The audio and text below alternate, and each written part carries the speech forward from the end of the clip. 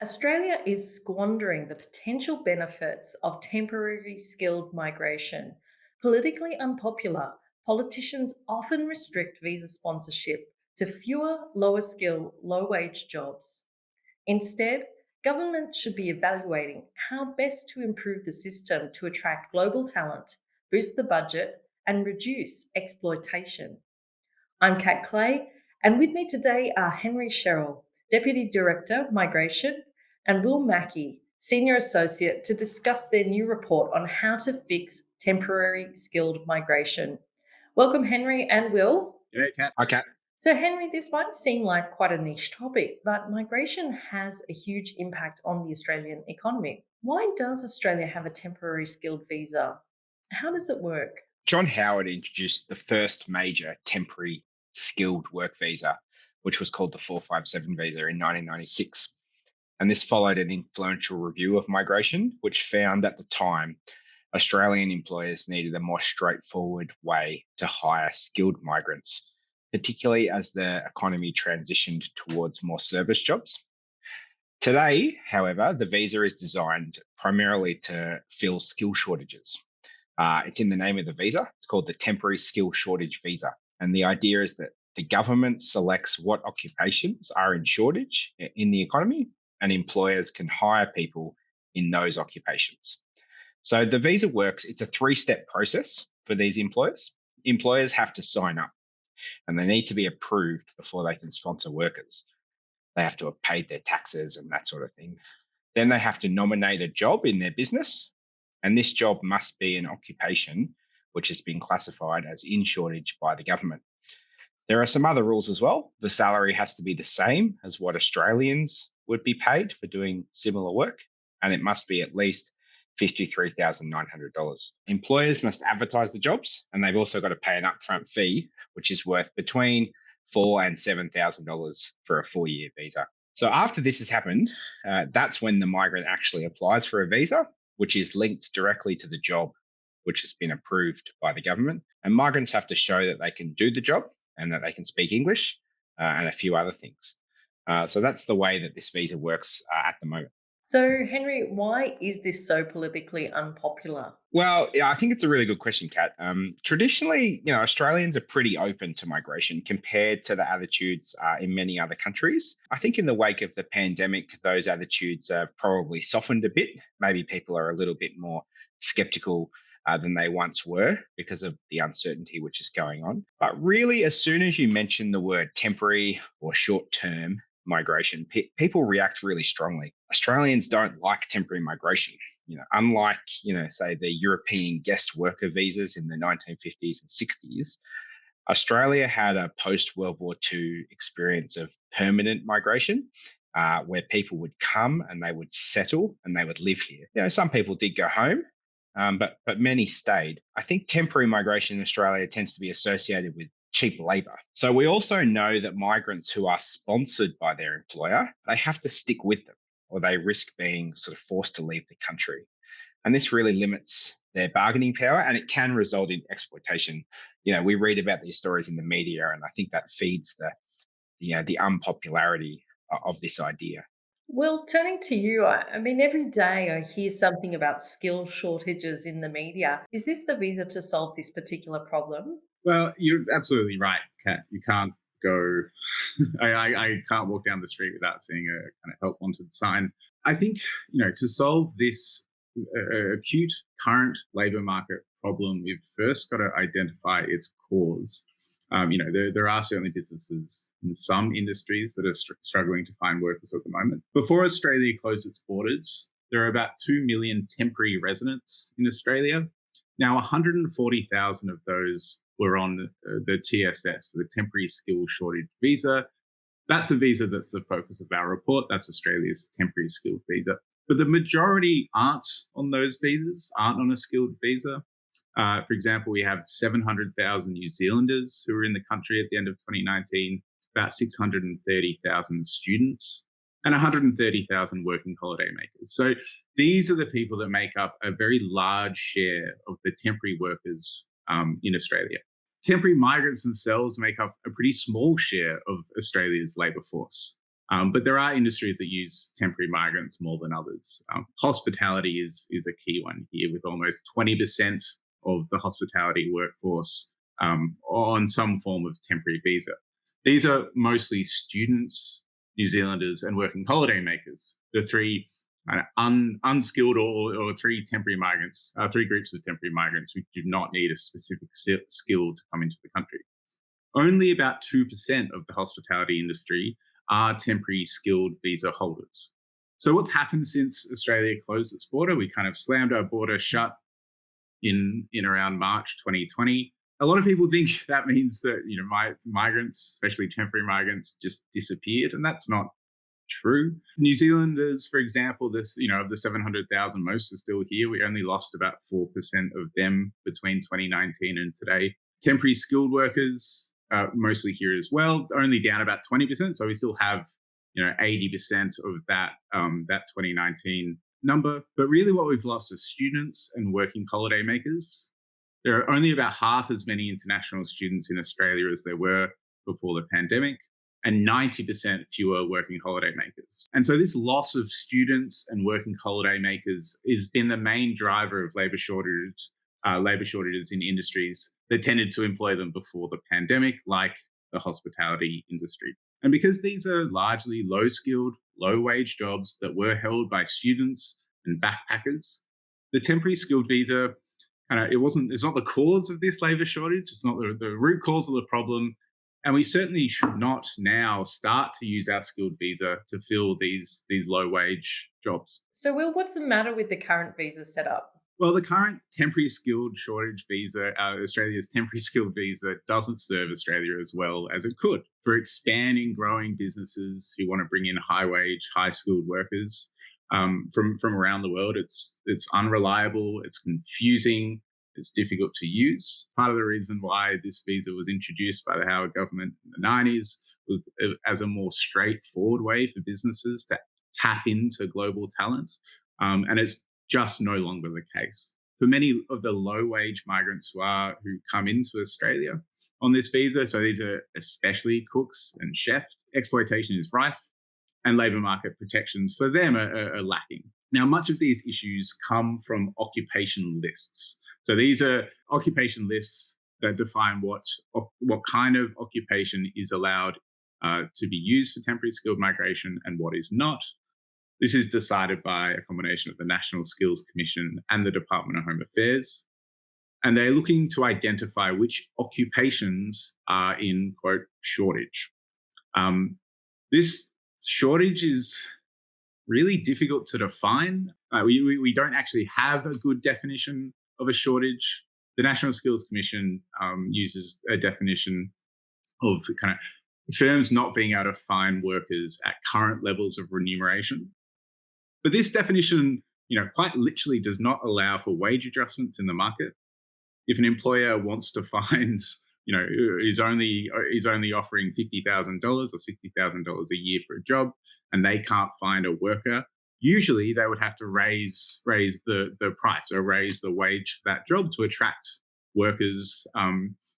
If they are, by this definition, allowed to tap into a global labour market just because they are unwilling to raise wages, that's a real problem. It's not kind of the definition that's going to serve Australian workers the best. Even if we had a good definition of a skill shortage, there are more than 1,000 occupations on these lists that classify each of the 13 million jobs in Australia. But not all jobs within an occupation are the same. You can think of a senior accountant at a global firm based in Adelaide or Melbourne. Compare that to graduate accountant who's working for a mechanic in Mildura. Now, these two people would likely say that their occupation is accountant, but their tasks and responsibilities and remuneration, how much they get paid, is going to differ substantially. By looking at occupations, you can't distinguish between these two very different kinds of jobs. And finally, the occupation lists are not made for this purpose. They're made by the ABS for multiple objectives. They're made by the ABS and used by the National Skills Commission, used by the Department of Home Affairs.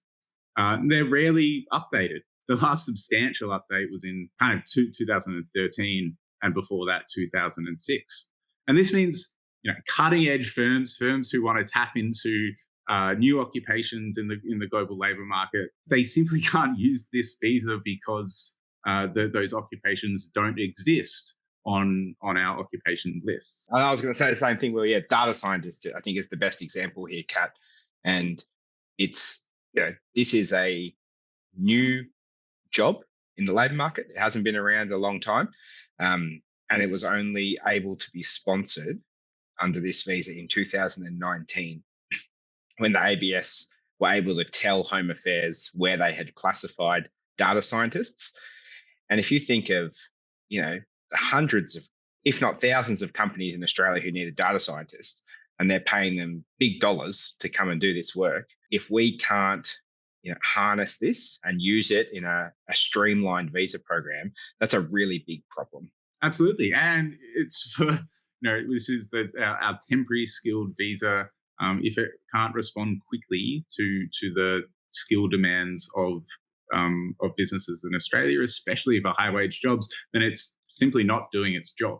That's a great example, Will, of the accountant in Mildura versus the accountant for a global firm.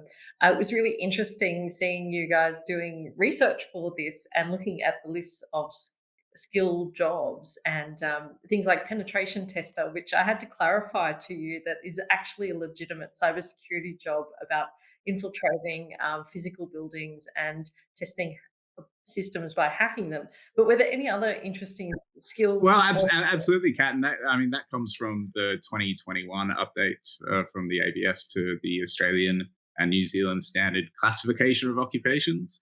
There are, as I said, more than 1,000 detailed occupations. And look, determining which of those in which area of the country is in shortage 1 year after the other, like we simply, we do not have the data that's data to support those decisions. We don't have, even if we did, we don't really have a working definition of what a kind of a shortage actually is. Well, we clearly need to get more data scientists into the country to figure out the data, right? Exactly. Okay, Will, so the big question is, what should we do about it? If we shouldn't be focusing on these skill shortages, what should we focus on instead? There's a number of things in our report that we recommend. Two of the biggest ones are around occupation lists and around visa portability. So first, we need to stop using occupation lists that require these enormous, large bureaucratic processes in an attempt to pinpoint all skill shortages in the Australian labour market in all areas at all points of time. We don't have a definition for this. We don't have timely data. And so what happens instead, we get occupation lists that are largely influenced by industry lobby groups. Instead, you should abandon the occupation lists and set a higher wage floor, $70,000, which is about the median income of mid-career workers in Australia. And then let businesses identify when to use temporary skilled migration to benefit their business.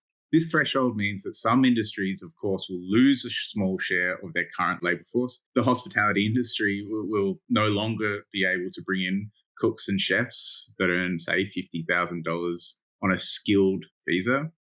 And this will knock out for the hospitality industry about 1.5% of its current labour force.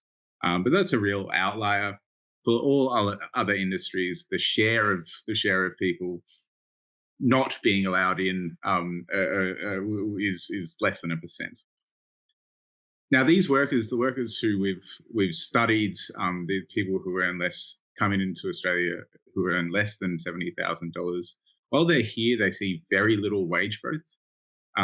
Temporary migrants brought in for jobs that pay less than $70,000 see about 2%, or say less than 2% annual wage growth, compared to about 5% annual wage growth for people, for temporary migrants who come in for jobs that earn more than $70,000. We were kind of knocking out that group, but the temporary skilled migration program is going to be much easier for businesses to use when they're employing a high wage worker, so somebody over $70,000. And this works out on balance to kind of increase the number of jobs that will be available for temporary skilled migration in Australia.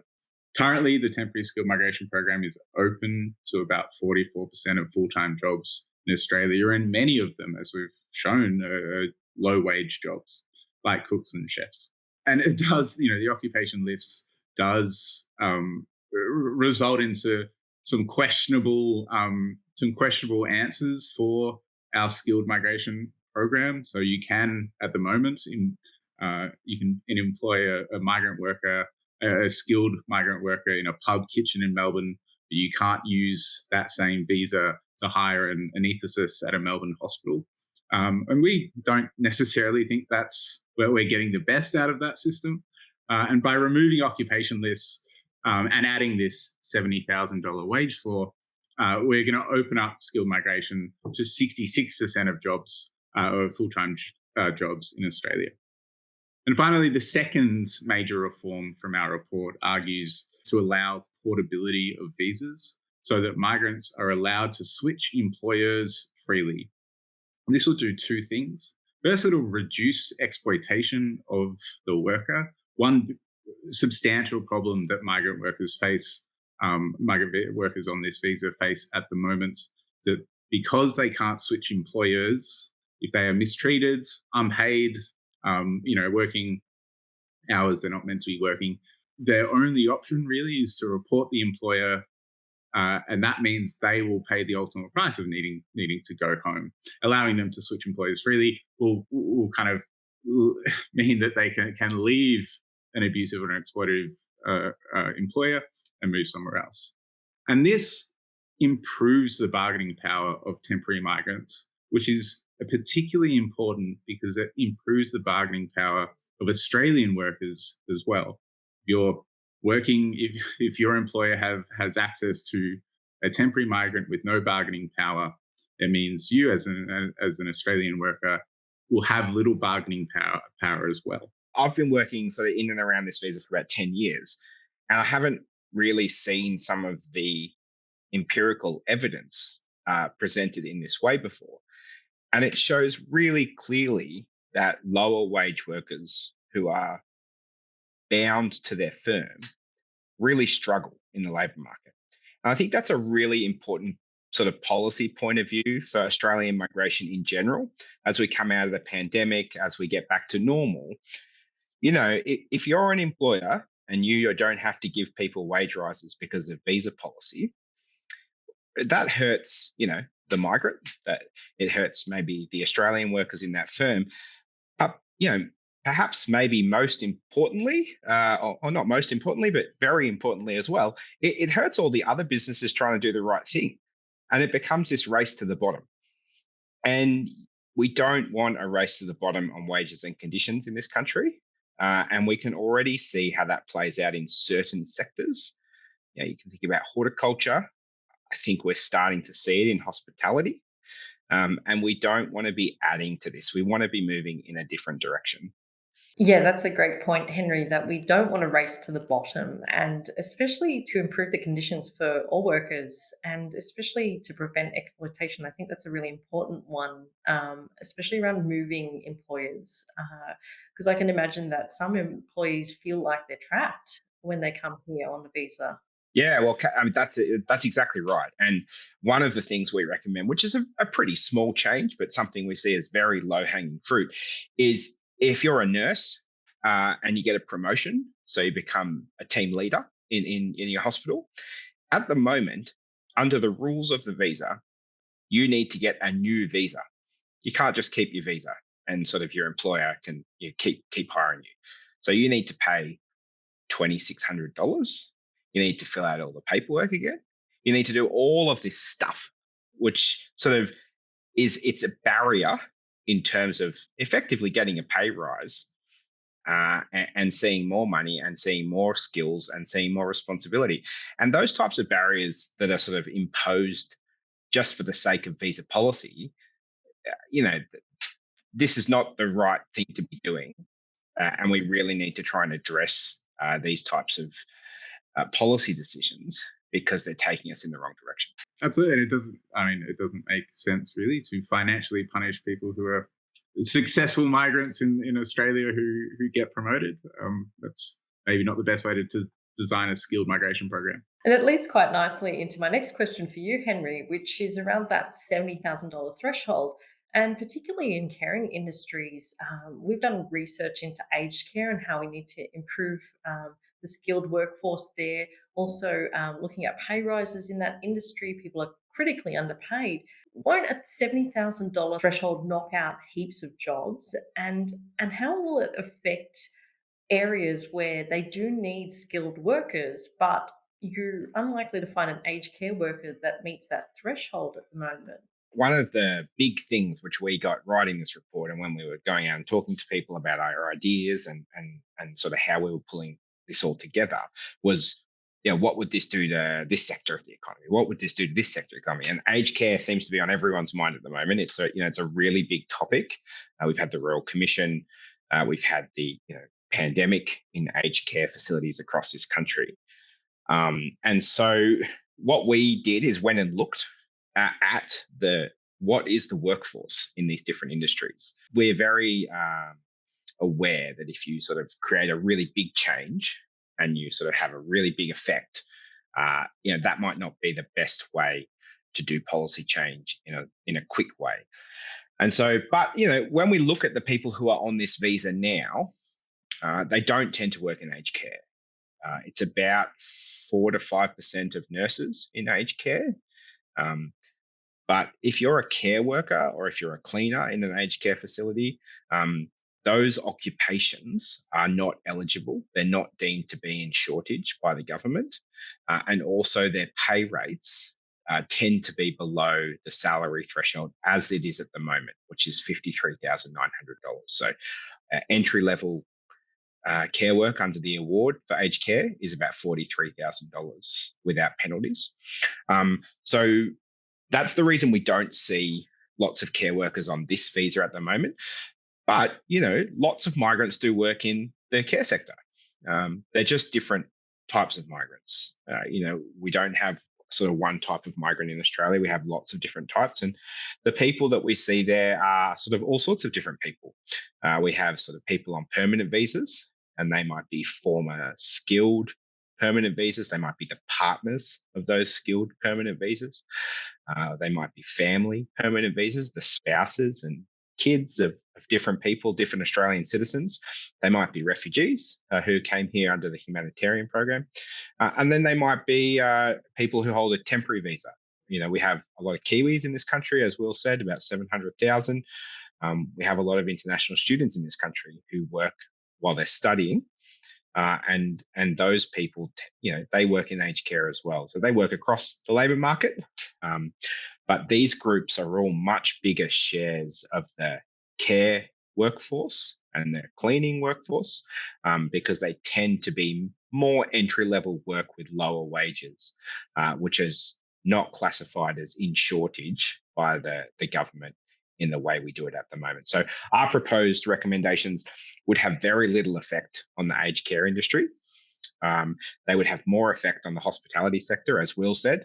Cooks and chefs and cafe managers who are currently doing work between $53,000 and $70,000. We think about 90% of those people wouldn't be able to do those jobs at those wages. Maybe some of their employers increase their wages, to try and keep them, and we think that would be a good thing too. So, this visa will really sort of open up the top end of the labour market where salaries are much higher, and our proposal would try and pare back at the bottom end for all the reasons that we've talked about, in particular exploitation and sort of bargaining power. So, Henry, say the federal government takes up your proposed reforms here. What does happen to the workers who are currently on the TSS scheme that aren't meeting the earnings threshold? Yeah, it's a good question, Kat. Whenever you have policy change, you're going to have some effects, and people are going to be caught up in the middle of it because we're going from doing things one way to doing things a different way. We write a little bit in our report about how we should transition from one system to another. And an important element of that is time to allow both businesses and migrants to adjust. If people are here at the moment working on a temporary skilled visa, and that visa has an implicit pathway to a permanent visa by their employer sponsorship, we recommend that pathway should be kept. and that those people can continue on that path. That said, some people at the moment don't have a pathway to permanent residency. If you're a cook as opposed to a chef, if you're sponsored as a cook, you don't have a pathway to permanent residency by your employer at the moment. And we recommend that when the term of that visa ends, if their wage is below the wage threshold, that job would be ineligible, and the employer and the worker would have to do it differently, or the worker would have to find a different job.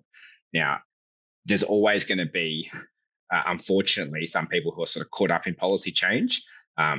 We would recommend any government looking to do this to sort of smooth this out as much as possible to limit some of those effects. But when you do change from one system to another, you're going to have some effects along the way. Henry, this report has been made possible through some very generous support. Would you like to just take us through who's funded that and helped us out with this report? Yeah, thanks, Kat.